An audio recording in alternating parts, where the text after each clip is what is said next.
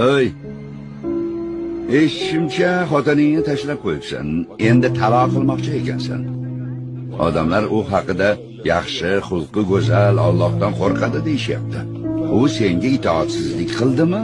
Yo biror aybi bormiki uni taloq qilmoqchisan? Alloh haqqi, yo'q, faqat rostini aytaman. U xuddi siz ta'riflaganingizdek Amiril Mo'minin, lekin men uni sevmayman. Nahot hamma oila sevgiga asoslanadi deb o'ylasang, mehr oqibat qayerda qoladi? Unga uylanayotganingda birov seni majbur qilgan edimi? Quloq sol. Ayollarga uylanayotganingizda ularga va'dalar berasizlar. Keyin ayol kishi homilador bo'lib qiynalib yuradi. Keyin farzand ko'rib bolaga qaraydi, yediradi, ichiradi, kasal bo'lsa g'amxo'rlik qiladi. Buning uchun sog'lig'ini, yoshligini sarflaydi. Keyin ayolni yoshi katta bo'lgach, eri undan yuz o'girishi adolatdanmi?